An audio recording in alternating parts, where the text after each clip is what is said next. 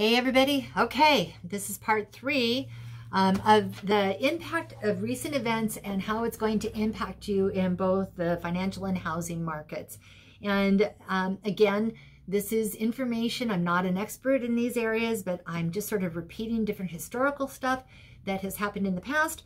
And we covered on the first segment about how interest rates were upwards of 16, 17, 18% in 81. And then we talked about the savings and loan crisis that happened in 1982. We talked about the stock market crash that happened in the 2000s. And so today I sort of wanted to touch on the Fed. Okay, and the reason is because the Fed actually is sort of hand in hand with the government as far as it's threefold, okay? So you have, the Fed is in charge of the banking system, and the banking system is regulated through the Treasury, and then the Treasury is involved with the Fed. So it's kind of like a circle, and we sort of talked about it.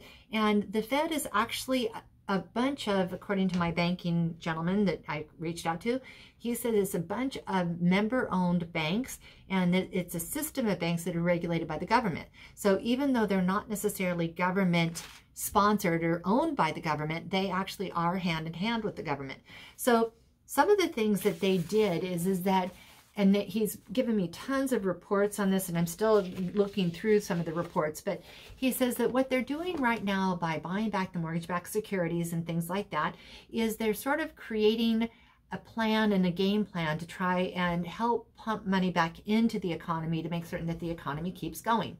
So he was mentioning that we have like a $25 trillion economic amount that goes through the systems all the time, and that we're going to be seeing like a $1 billion deficit each time that we have no income coming in through the different systems and things like that. So these are all numbers that I'm not all that certain about, but he was trying to educate me so I could help educate you. The main purpose is that he was saying that a similar situation that we're experiencing now, where the Fed is actually buying these securities and buying these notes and buying these bonds, happened back when we had Katrina.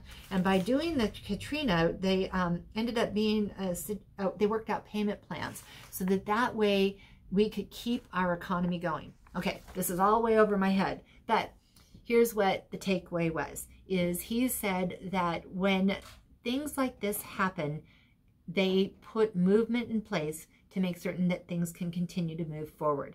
By buying back the notes and by buying bonds and by buying notes, this is sort of helping stimulate the ability to have the resources for the government to put things in place that they're putting in place. So what he also said is this takeaway that I want you to think about as well. And that is that how much does it cost to rebuild a house? Okay. If something were to happen and you had to rebuild where you're living right now, this is sort of what differentiates what value is, okay? And the reason I'm saying that is I have many people right now that are saying, okay, are we at the top of the market? Are we going to see a housing crash and things like that? And so these are some things for you to think about so you don't react and you're just acting, okay? We want you to act, not react. We talk about being calm. We talk about having a plan and working the plan. So these are the 3 points that he mentioned that I think was worthy of mentioning for you.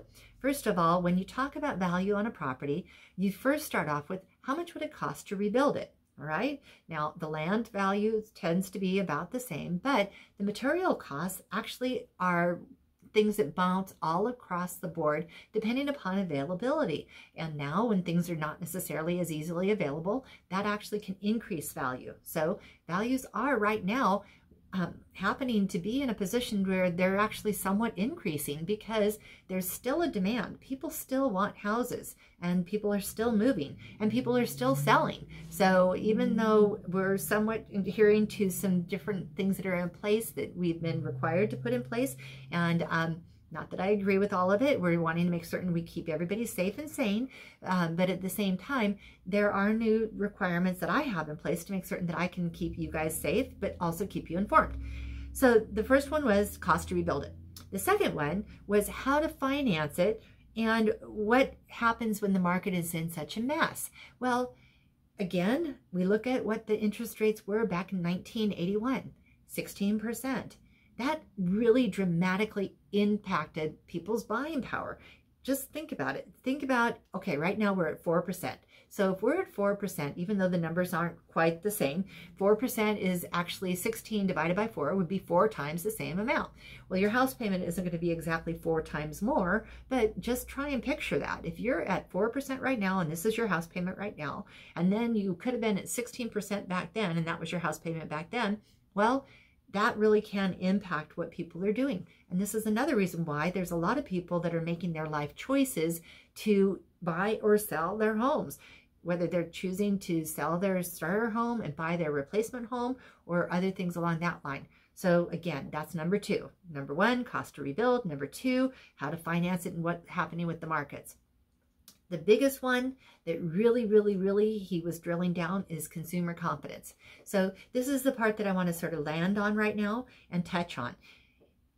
When I give advice in real estate, which I am legally allowed to do because I'm a realtor and a licensed broker, I want people to know that if there is a way that you believe that you can take and have this as an opportunity, then I encourage you to consider it. I encourage us to have a discussion. We don't have to sit across from each other. We can have the social distancing of over 6 feet, or I can do a FaceTime or a Zoom or something like that. But let's talk about what's important to you and why is it important to you and how we can facilitate that. Because guess what? We get creative. When there's a lot of things happening, we get creative to make certain that we can give you what is important to you. Okay? So if you're in a position where you are concerned about your job, concerned about the history, and concerned about all of that, then you absolutely should not be doing anything like this. However, if you are in a position to where you believe that you're going to be able to maintain what you're doing and move forward with what you're doing and it makes sense for you, then it might be another discussion. Again, everybody is being impacted at different levels. We want to honor and respect where they're at. We want to come together and support people in whatever is most important to them, but we also want to have a plan and work the plan. I know personally, I'm making some decisions for me personally that are going to move forward. I'll give you it in a secret. I'm selling my house, not because I have to, but because I want to. So you are in the know there. I will let people know when it's officially launched, but at the same time, I'm going to take advantage of different things so I can position myself so I can capitalize as and where I want to do it. So let's all work together. If you have questions, if you have concerns, if you have things that are important to you, I'm here as a sounding block. It's not about what's important to me. It's all about what's important to you. We talked about the 4 quarters and the 100 pennies. If you need me to be one of your 4 quarters and be one of those prevailing sounding boards and things like that to make sure that we sort of talk through what's important to you, then please feel free to give me a call. 805-620-7355. I'm called Krista with OiC Real Estate Services. We are here to help you see your dreams come true.